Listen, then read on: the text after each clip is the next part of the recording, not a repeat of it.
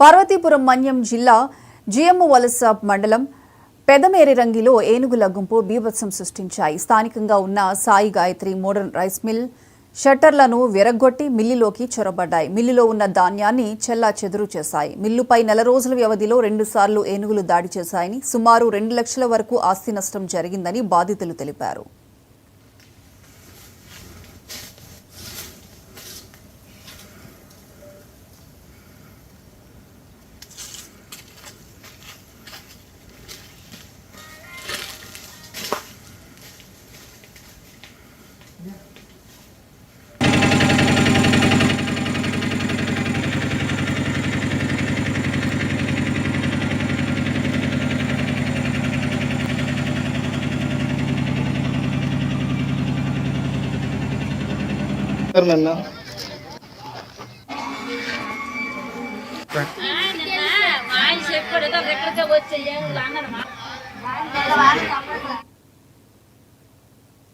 మంచిర్యాల జిల్లా జైపూర్ మండలం కుందారం అటవీ ప్రాంతంలో పెద్ద పులి సంచారం కలకలం కలిగిస్తోంది.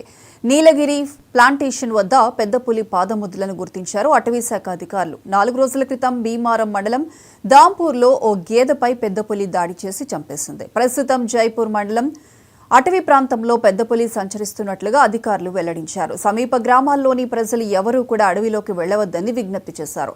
ప్రజలు భయపడవద్దని, పెద్ద పులి గురించి ఎలాంటి సమాచారం ఉన్నా వెంటనే తెలియజేయాలని సూచించారు.